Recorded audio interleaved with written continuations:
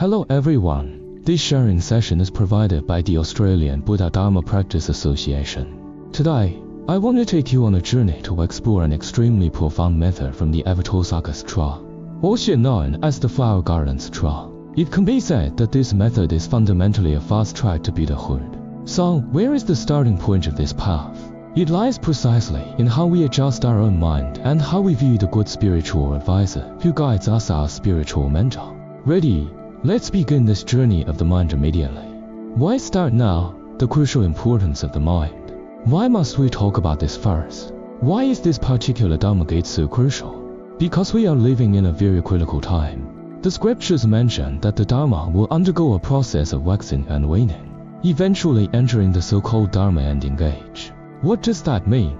It's a period when the true Dharma becomes increasingly difficult to encounter, and people's vexations grow heavier. Think about it. When beneficial external conditions are diminishing, what should we do?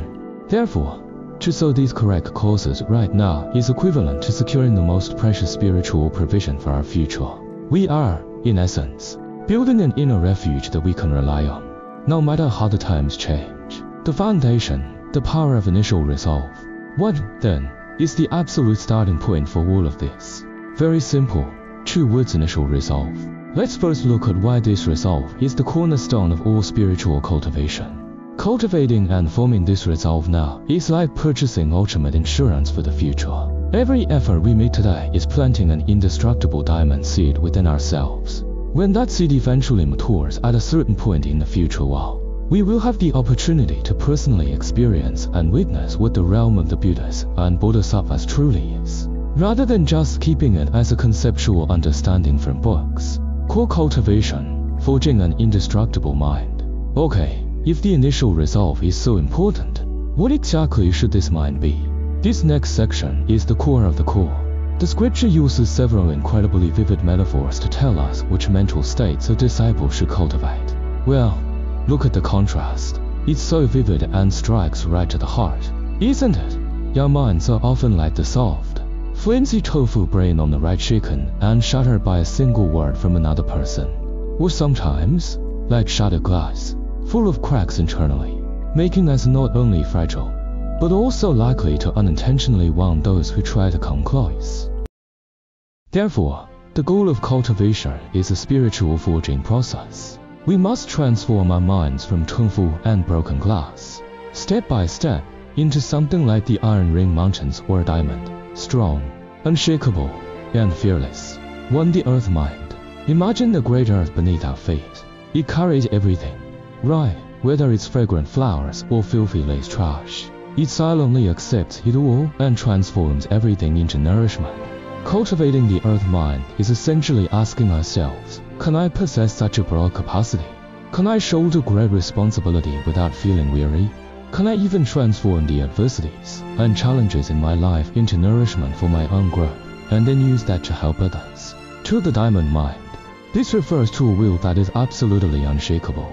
The most interesting part here is that the original text uses a super practical example. It says that if you truly possess the diamond mind, when your spiritual advisor tells you that less oil, less salt, and less sugar is better for cultivation, you can do it immediately and never waver again. Why? Because your resolve for Buddhahood is already far stronger than any craving for food. 3. The iron ring mountain mind. Wow, this metaphor is truly stunning. Legend has it that the iron ring mountains surround the hell realms, where the most extreme suffering in the world exists. Yet, the mountain itself remains completely unaffected. Possessing such a mind means that no matter what tribulation you encounter, even a pain akin to being cut by 1,000 knives, it absolutely cannot shake your resolve for the path. 4. The youthful servant mind. When you see the words youthful servant, do not misunderstand it as a low state. On the contrary, this is an extremely high state. The word youth represents purity and being uncontaminated. Just as Manjushri Bodhisattva is often referred to as the youth Manjushri in the scriptures, this mind is free from worldly vexations and calculation. It not only does not dislike any task assigned, but joyfully completes it. This is, in fact, the ultimate manifestation of the spirit of selflessness. Correct view, the right perspective. After cultivating these correct mental states, we still need to establish the correct views, the right way we look at things. The scripture provides several brilliant metaphors to help us calibrate our relationship with our teacher, the Dharma, and ourselves. 1. The patient and the physician. This angle is very powerful. It requires us to first admit one thing. I am a patient severely afflicted with the disease of vexations. Once you have this recognition, we naturally let go of arrogance and self-importance and humbly regard the good spiritual advisor as the most brilliant doctor and the Dharma as the only effective medicine. What is cultivation? Cultivation is the process of following the doctor's instructions to achieve complete healing, step by step, through accumulating wealth. The second set of metaphors views cultivation as accumulating wealth. The speaker does not elaborate on the third set, but moves directly to the third concept. Treat the responsibility of inheritance. The third set of metaphors advances this concept further, emphasizing a sense of inherited responsibility.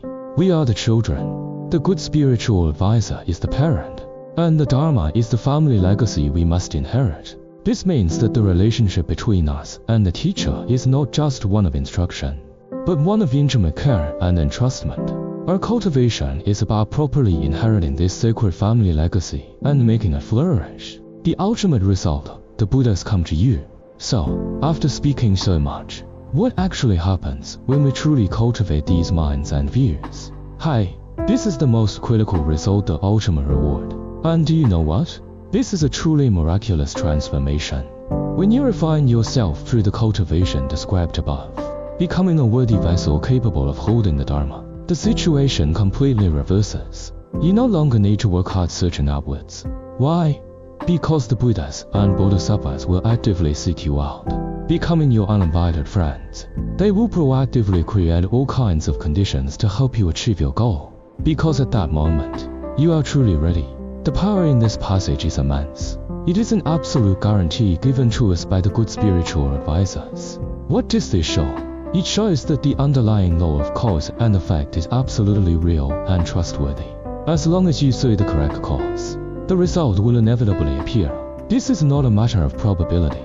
It is an inevitable outcome. Final reflection. As we conclude this sharing session, let's bring the focus back to ourselves. Having listened to all this, what kind of resolve have you set forth for your own cultivation today? Is it as firm as a diamond, or as inclusive as the great earth? This question has no standard answer, but it is one that every single one of us should sincerely and deeply contemplate. Thank you, everyone.